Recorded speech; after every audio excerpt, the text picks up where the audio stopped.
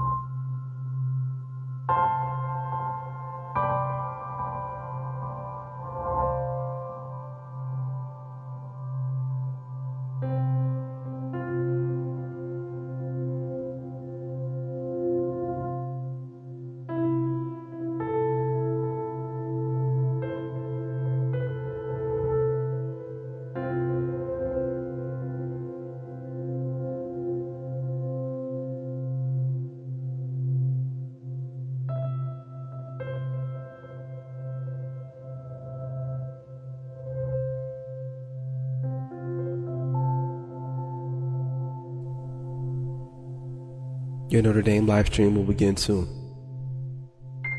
Thanks for watching.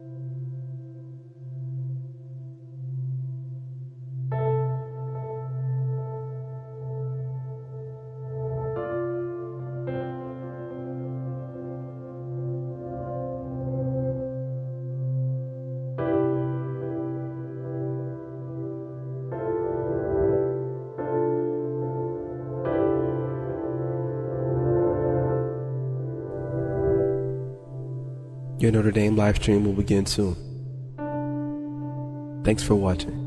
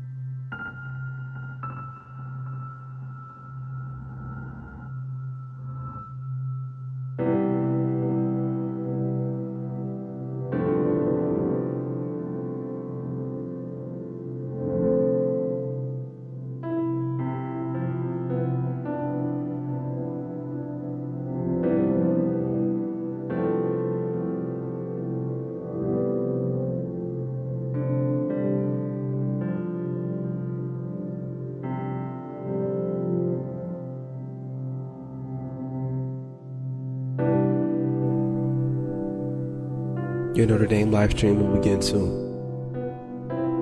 Thanks for watching.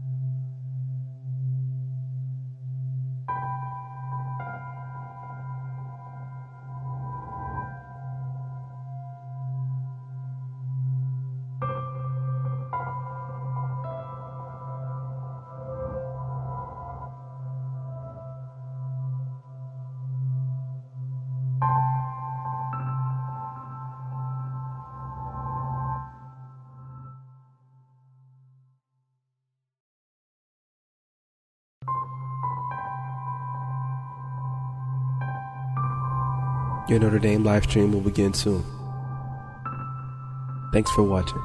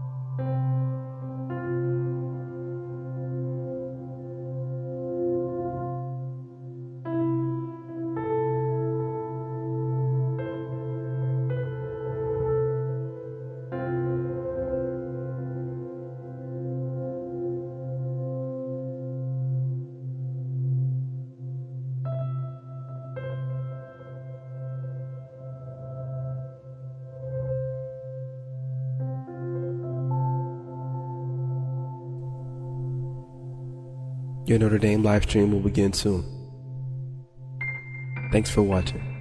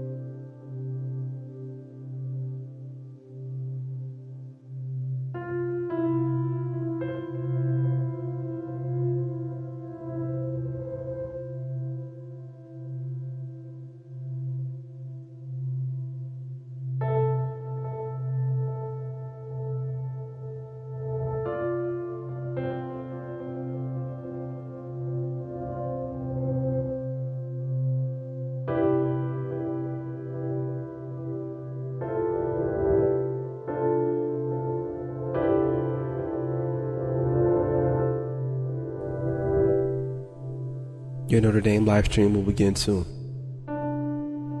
Thanks for watching.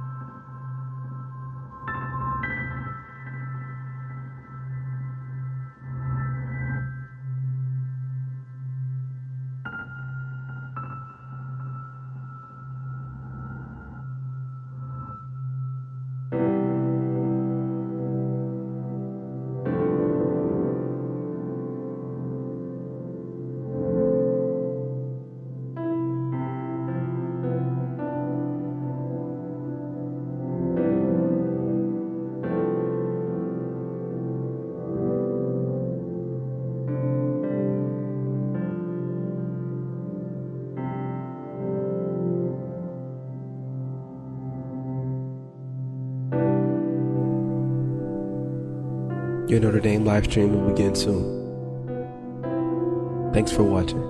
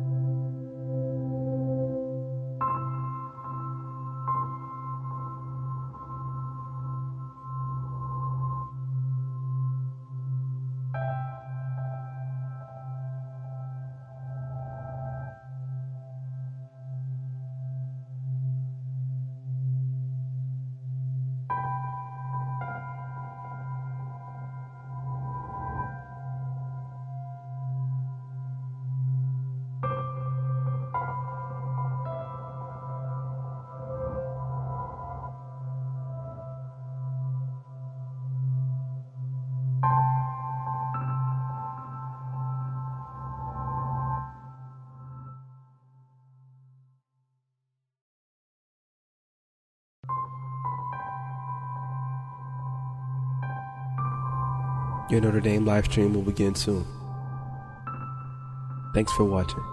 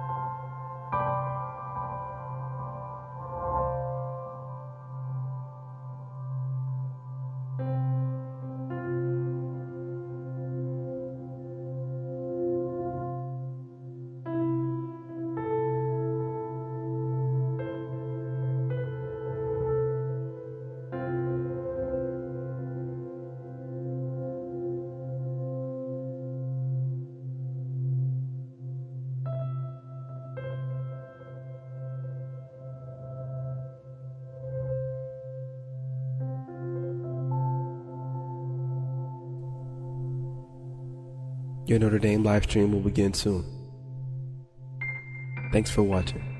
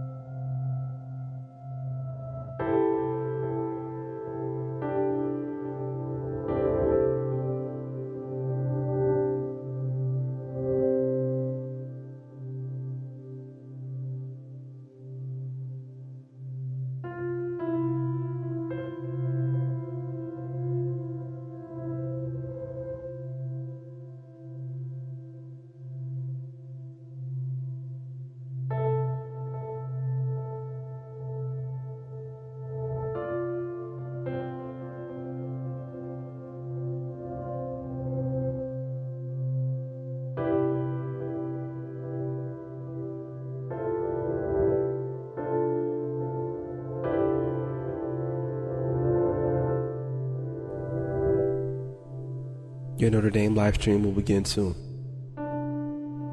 Thanks for watching.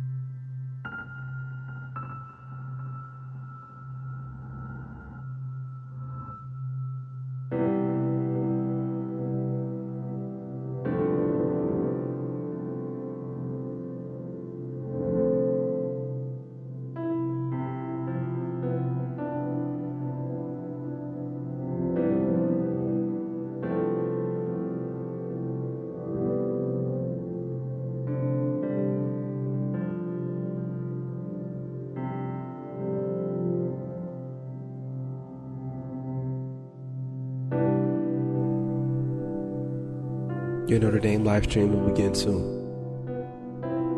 Thanks for watching.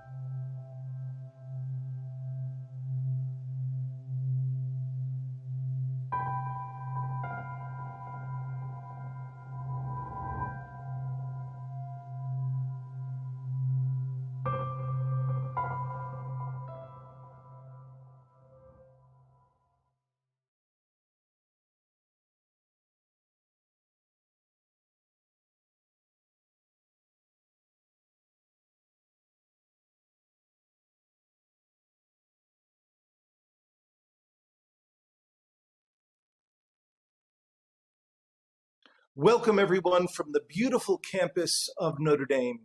Today is a sunny day here on campus, and students are very much engaged in the spring semester. We're one of the few schools for this entire academic year, as you know, that has welcomed back largely its full student body. It has not been an easy task by any dimension, but something that we feel that has been really worthwhile to have in-person classes. And the reason why we've made it this far is because students have really appreciated it and have worked to make the sacrifices to make education a priority during the time of a pandemic. Today, we celebrate What Though the Odds, and it's a way to thank you for your extraordinary generosity, for your leadership, for your vision, for your support of financial aid at every level here at Notre Dame, at the doctoral, the masteral, the professional levels, but also at the levels of our undergraduate students as well. We are deeply humbled and grateful for the sacrifices that you have made for so many of our students today, and that will impact their lives for generations to come. Father Ted, who recently celebrated the 6th anniversary of his passing last week. Father Ted said that he believed that the greatest gift that anyone could make was the gift of a Notre Dame education. And you have done that. You have given opportunity and hope to many students in ways that you probably don't even imagine. We have the privilege today of being greeted by two Notre Dame students, one a doctoral candidate and the other an undergraduate students. And you're going to hear about just two stories that have how your support has impacted lives in very dramatic and significant ways. I want to say that I'm proud that at the undergraduate level, we raised our, given the hardship, economic hardship of this pandemic, we increased the financial aid that we delivered this past year over year, by $20 million in expendable funds, the most significant jump in the history of Notre Dame. The average package that an undergraduate student received in terms of financial aid was a little over $47,000, which was up by over $5,000 from the previous year. So significant across the board. Obviously, some students need full rides and others need partial rides to make a Notre Dame education accessible for them. And this also equates to what we're doing at the graduate and the professional levels here at Notre Dame. So if you hear nothing else from me today, just know that our hearts are full of gratitude for your incredible sacrifices and your vision to support the next generation of leaders who are going to make this a better world. And on that note, let me introduce to you two of our Notre Dame students who are going to share their stories with us and their insights with us today. First is Jamie Hentig. Jamie is a doctoral candidate in biology, about to complete his doctoral degree in his 5th year. He is the recipient of the Highland Endowment for Excellence through the Office of Military and Veteran Affairs. And he is also the winner recently of the 2020 Shaheen 3-minute thesis competition, which is an incredible, I've had a chance to sit in on some of these. They bring in a number of PhD students who have 3 minutes to tell the story about what their PhD work is about.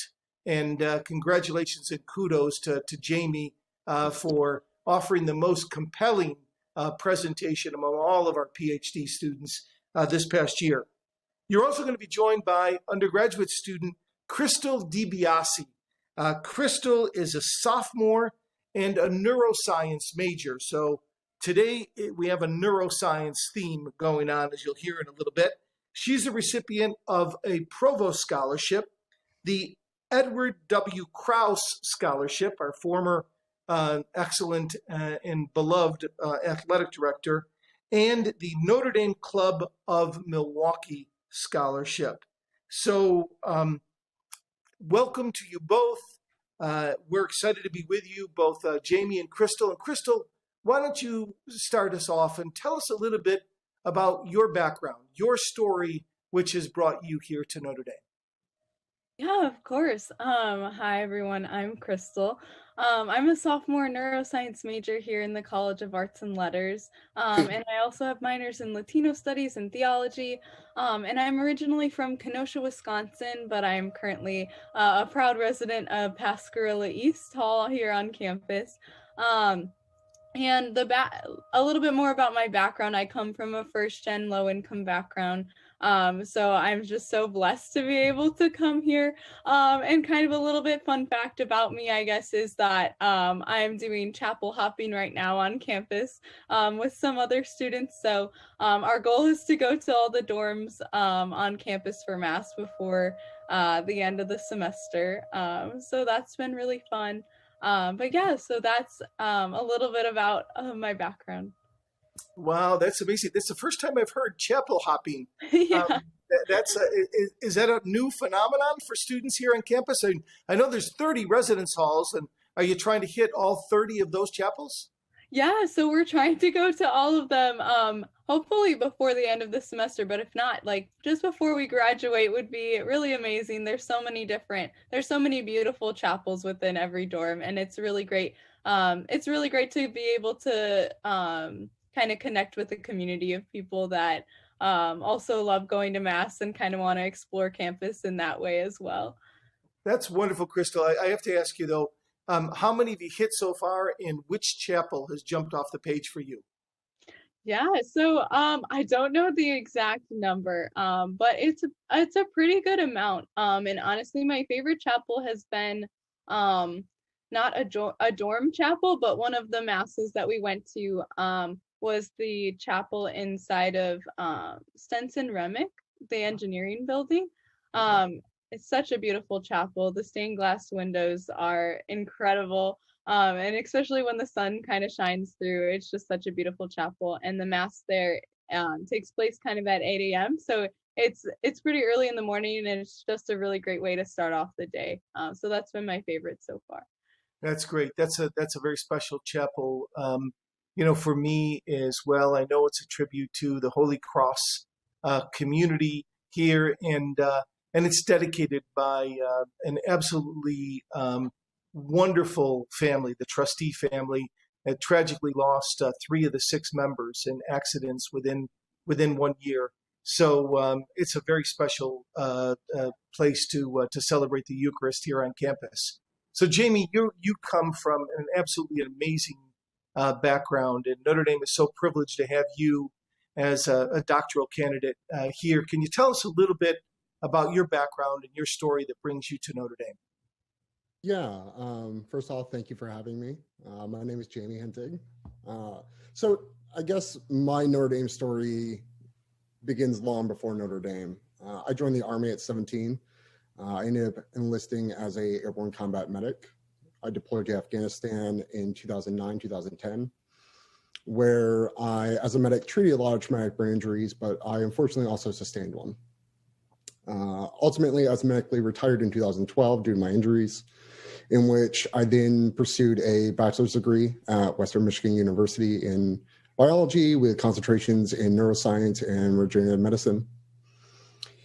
Fast forward, I came to Notre Dame as a doctoral candidate, where I am under the guidance of Dr. David Hyde, where we are developing, validating, and utilizing a novel TBI model applied to a regenerative zebrafish that allows us to look at both the injury Let me as just well as interrupt. the... If I could just real quickly, Yeah, TBI would be traumatic brain injury. Is that yeah, correct? Okay, yes. got it. Yeah. So a traumatic brain injury model that allows us to look at both the injury as well as the regeneration that happens innately in zebrafish. So with this, we've been progressing forward, and it obviously has really great significance to the military community and my own personal passion. So as a fifth year, I'm hopefully progressing through, in which the next steps hopefully will be going on and doing a postdoc looking at regenerative medicine in combat veterans. So I'm from Cedar Springs, Michigan. And as far as the fun fact goes, I don't know if you can see it in the shop, but I have a lot of bonsai trees. I have one right next to me. Yes, you can see it. And so you actually sit there and groom those bonsai trees? There are specific seasons that you want to do different things depending on the type of tree. So these inside ones are more tropical trees, so they can be pruned really anytime. But there's deciduous trees as well. You typically do those in like the springtime. So you're like the Mr. Miyagi of our PhD program here. But so traumatic brain injury research that you're doing Yes. obviously is very personal for you. This isn't just an academic enterprise, because when you were serving, was it in Afghanistan that you had a traumatic brain injury? Can you tell us a little bit about how your own personal experience has led you to want to pursue this career, Yeah. be able to help others? Yeah. So, if I'm honest, I had no intention of going to college. I loved the military. I never really wanted to get out, but fate chose differently. And I wanted to continue to give back to my military community, whether it perhaps it's no longer in uniform. So the next route was through medical research. And so following my injury, I spent a year in occupational therapy in Launcesville, Germany, where some amazing physicians helped me gain a lot of traction, regain a lot of independence. But at the end of the day, I was met with, this is about the end of the road. This is as far as medicine goes. Thank you. Good luck. And I wasn't happy with that answer. I thought I really wanted to be a physician. And during my time in undergraduate, I started realizing that I was more interested in developing new therapies rather than prescribing them. And ultimately, that's what a PhD is at least in science, ultimately about, is pushing what we currently know just a little bit further. Yeah, it's amazing. Your story, Jamie, to overcome a TBI, traumatic brain injury, and then have the passion to give back to others from especially military hardship, to be able to support them, and also overcoming. I'm sure there were points where you were going through that year of therapy that they never thought that you would have the ability to do a PhD. So it seems to me that your story in and of itself is pretty miraculous. Yeah, I'm very fortunate. I still have a few issues. There's some things that I have to overcome still, but by and large, I'm very, very, very fortunate. With the help of a lot of individuals, with a lot of support, and that support comes from multiple ways. It comes from donors. It comes from my advisor. It comes from my committee. The Notre Dame community in general. Yeah, Giving individuals opportunities. That's what has helped me overcome a lot of this stuff. yeah. Well, thank you for being here as a part of Notre Dame and being such an inspiration to so many, and really a symbol of hope. So each of you, maybe we'll begin with you, Crystal. How important was financial aid to allowing you to access a Notre Dame education? Yeah, so for me, honestly, the financial aid that I received dramatically influenced my decision to come to Notre Dame in quite the best way possible. I know that like growing up, I didn't necessarily think that college might be like an option for me financial wise, and kind of especially a college such as wonderful as Notre Dame and with such a great education. So like kind of through talking with my guidance counselor at school, not the most helpful when it came to like figuring out what financial aid options might be the best for me. And so I just thought that I would apply with the help of some amazing people through Matriculate, which I know we were talking about before, which was so amazing. But after applying to Notre Dame and receiving my financial aid package, I was completely blown away, and it made college an option for me. So especially like with the financial aid package that I did receive, it made college something that is attainable, like for me to be able to experience, and was even more affordable than some of the state colleges that I applied to, which was a huge impact. And I had a lot of doubts about whether it would be something that would be attainable in high school. And so just receiving that financial aid package from Notre Dame in the form of scholarships and grants and everything that came with that was a huge influence in my decision to attend Notre Dame. It quite dramatically influenced my decision to attend. So I'm just so grateful for all of those who contribute to that, to the So, scholarship. so you were a beneficiary of Matriculate first before you became now at Notre Dame a volunteer. Is that correct? Yeah, so I was actually a high school fellow when I myself was in high school, and my advisor actually goes to Notre Dame still, which is kind of amazing. So she's been a huge help in kind of just navigating the college application process, and now it's been a great opportunity to be able to give back in that way through being an advisor as well. So Matriculate is a nonprofit that identifies very high potential high school students that are either under-resourced or rural or coming from backgrounds where they might not think about getting into some of the top universities. And college students mentor these high school students and help them through the application process. So that's what this student did for you. And now, Crystal, you're doing this for other high school students. Is that correct? Yeah, so I am so blessed to be able to be an advisor, and I'm working with some great high school students right now who are both amazing. And yes, so it was really great. That was definitely a huge influence in my ability to attend college at all. Just kind of having the guidance to go through the process. The guidance wasn't something that I had before Matriculate reached out. So I am so grateful, and Matriculate helped me find Notre Dame and helped me apply as well to be able to receive the financial aid that I did to make college attainable. So yes, I'm so grateful.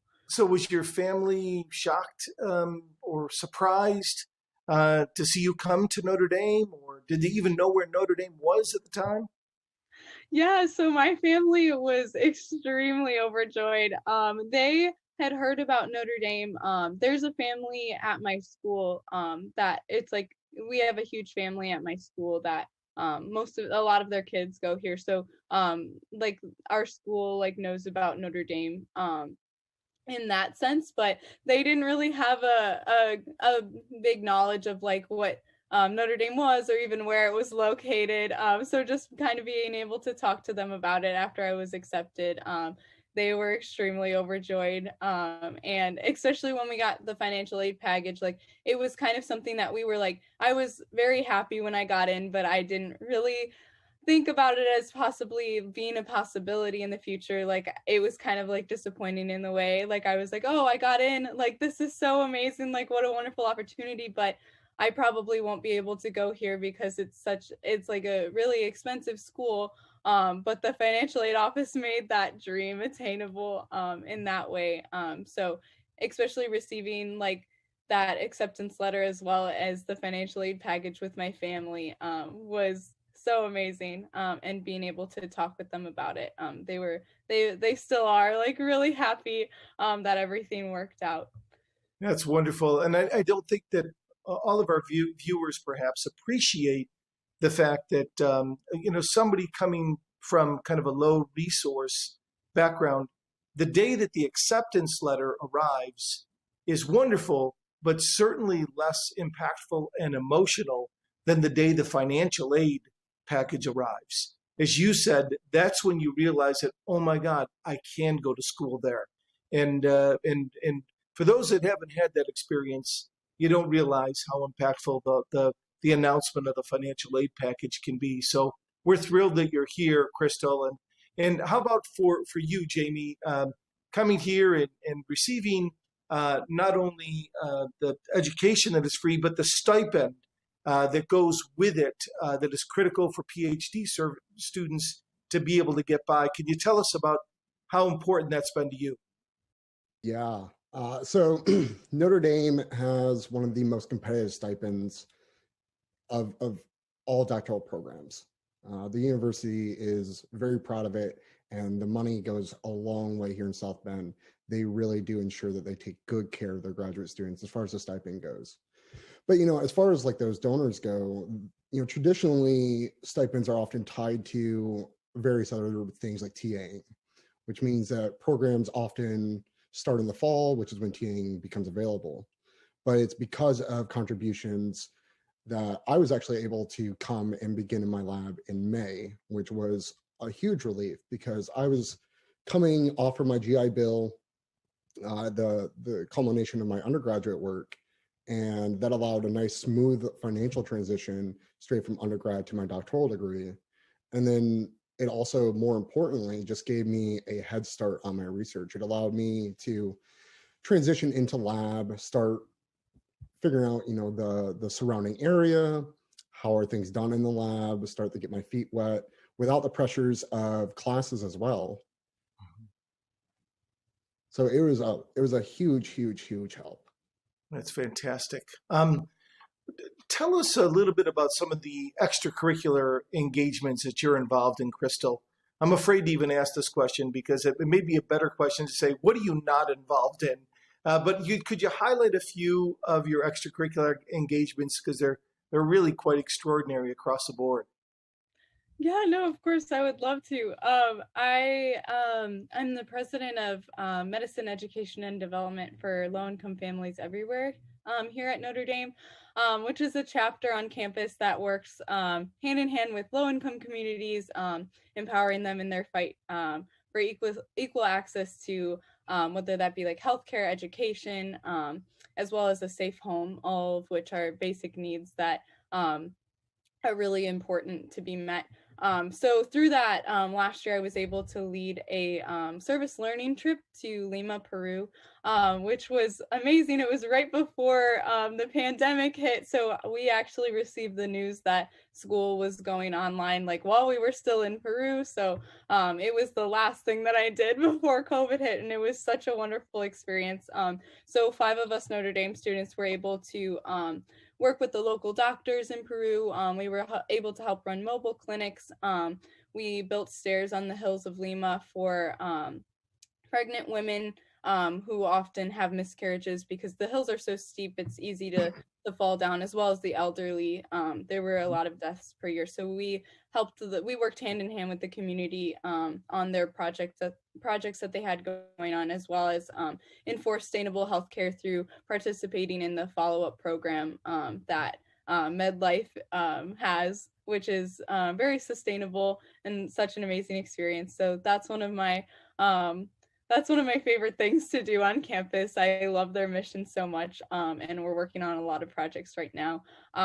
But I am also involved as an English teacher at La Casa de Amistad in South Bend, which is through CASH on campus, which is it's the Community Alliance to Serve Hispanics club on campus. So through La Casa, I help to run programming. I help to teach English to Spanish-speaking adults in the South Bend area.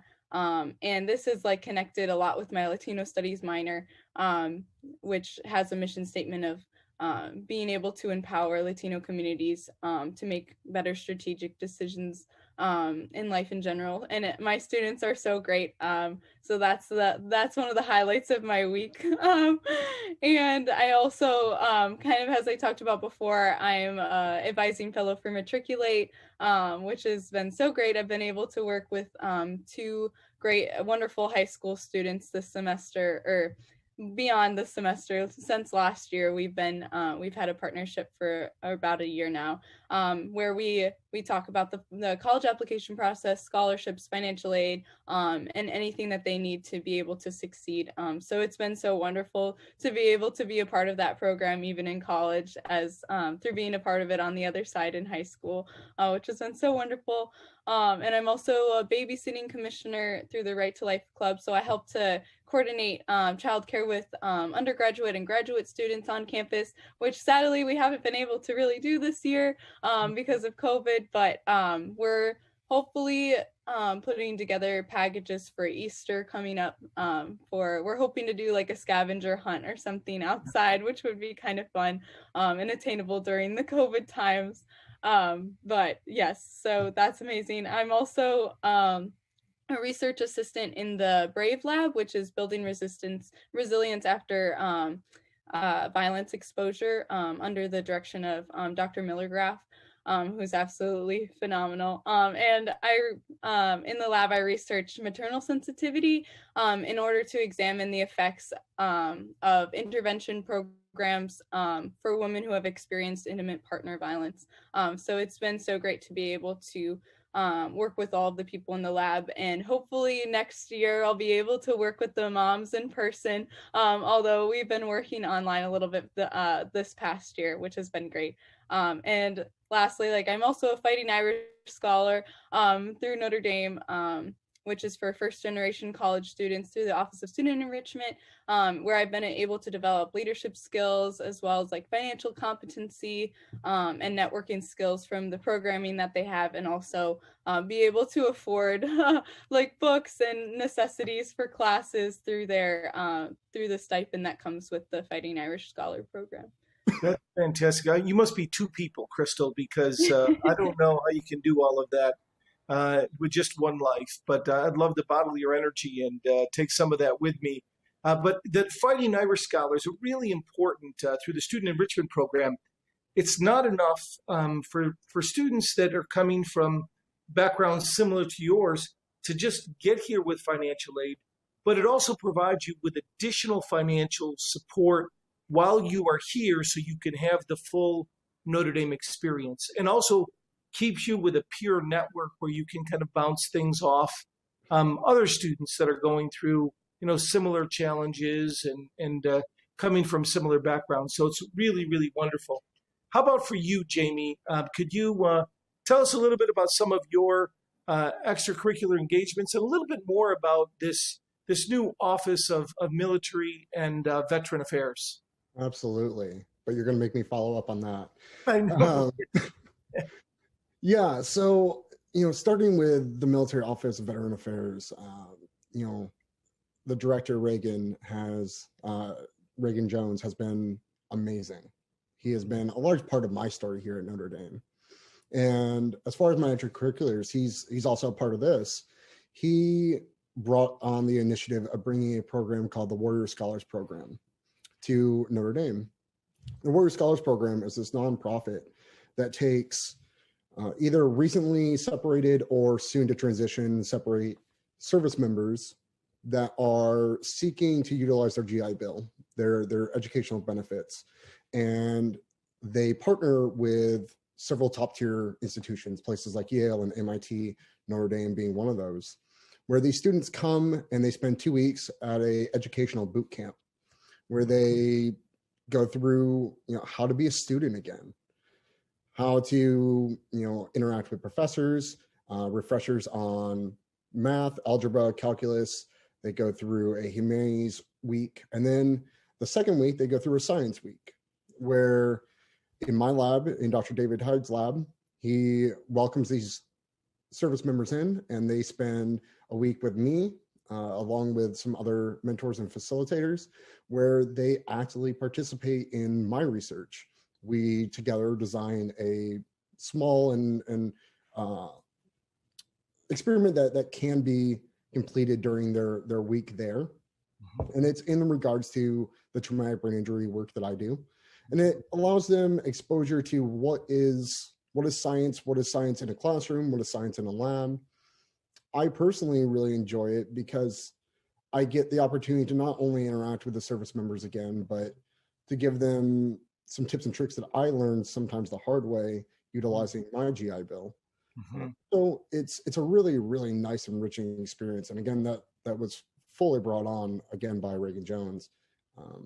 And he's just been such a huge, huge support in my corner. I can't say enough about him. That's terrific. Jamie, what do you hope to do after graduation? Yes.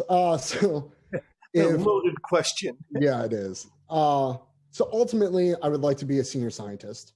Mhm. where I'm actively working at developing therapeutics in a either neuroregenerative form to help individuals or service members that have already experienced blast injuries or blunt force traumatic brain injuries, as well as looking at neuroprotective therapies that could be applied to a wide range of individuals, including service members who might be deployed and might go into combat, but as well as other individuals like football players.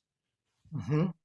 So the next step for me, if everything goes right, when I graduate, is getting a postdoctoral fellowship where I hopefully will be working towards, again, looking at both those aims, identifying mechanisms that might help individuals that have already experienced brain injuries, Mhm. helping with their diagnosis, their prognosis, and their medical treatment, as well as looking at ways at identifying avenues of approach that might, again, protect some of these service members, informing training rotations, informing exercises, things like that.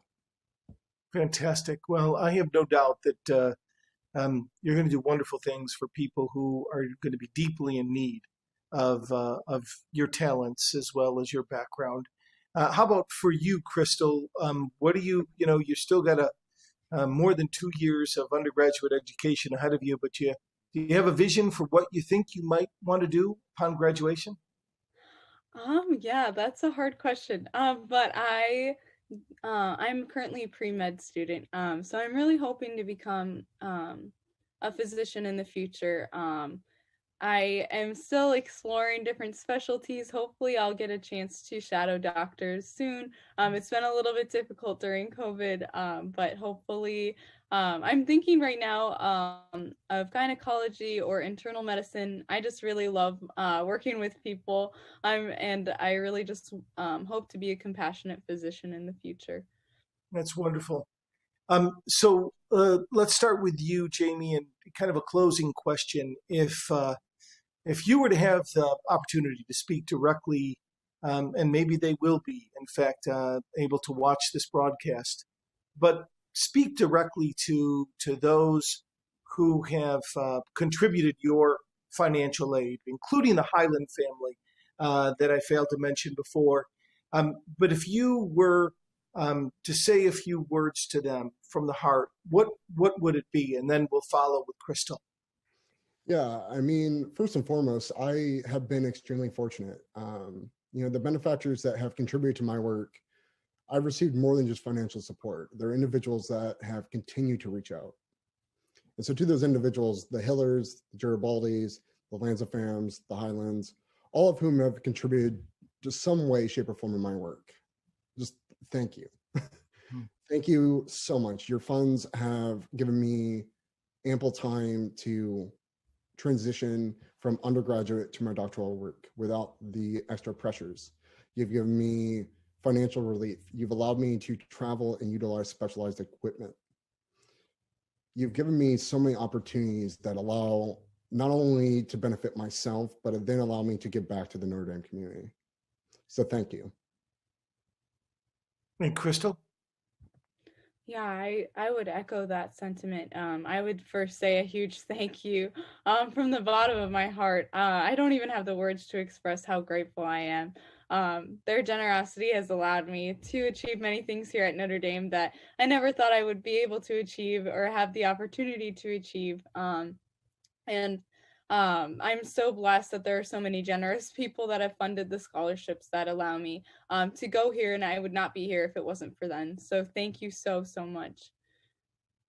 Well, let me just echo back a thanks to the two of you, because the theme of this broadcast is "What though the odds?" And you are two people who have overcome incredible odds.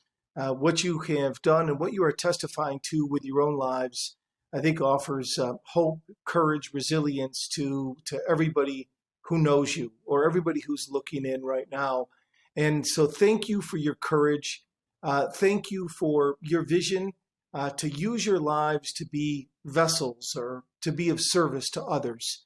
And we're deeply grateful for that. We feel really, really bullish about your futures. Notre Dame is indeed blessed to have both of you as students here at Notre Dame, and know that our prayers are with you as you navigate the rest of the semester through this global pandemic, and but all that lies ahead. The Notre Dame family will always be with you, and know that you'll always have a second home here with us. But we're so grateful for your examples, and grateful to have you as part of the Notre Dame family. And let me just close, if I could, by extending from Jamie and Crystal and myself again our heartfelt gratitude to all of you. Financial aid is the greatest single gift that you can make to not just the University of Notre Dame, but ultimately to our students, who you're giving hope and a lifeline to break, in many cases, cycles of hardship and poverty and dependency, and to help them go forth as the next generation of leaders who will transform the jangling discord of this world into a more harmonic symphony.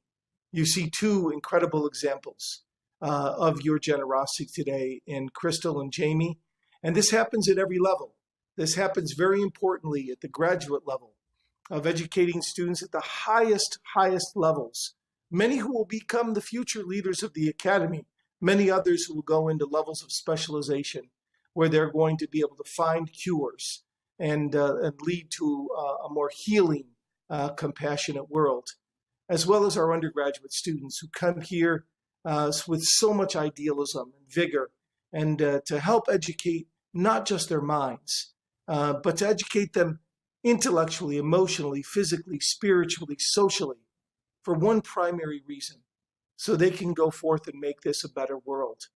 Thank you. Thank you in particular to not only those who have endowed these scholarships and these fellowships, but also to the over 9,000 members of you who gave this year in a time of need to the Student Emergency Relief Fund, raising $12.7 million to help us keep students here at the university, given the changing financial needs that have been placed in a burdensome way on many of their families.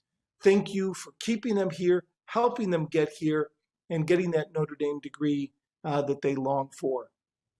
Finally, I just want to say to each and every one of you that we are going to do everything we can to allow more and more students who are acceptable or can get accepted to Notre Dame, allowing them to achieve a Notre Dame education. We need your help. We need to increase the number of students that are coming from below the poverty line. Probably in this year's class will be somewhere around 14%. We want to get that closer to 20% of our student body. And we think that it's really critical because Notre Dame does a better job than just about any institution out there, educational or otherwise, to permanently break cycles of poverty and violence and despair. And at the same time, we need to be able to bring more and more of these PhD and master students who are going to contribute to the academy, be leaders in different disciplines in the corporate and the public sectors as well. So thank you for making that possible. Know of our not only heartfelt gratitude, but our prayers for you and your families as you work to navigate these challenging times with a global pandemic behind all of us. And there's hope on the horizon. And the vaccines are spreading more and more. And we are people who believe that you can overcome whatever the odds. And thank you for helping to make that possible. Take care, God bless, and go Irish.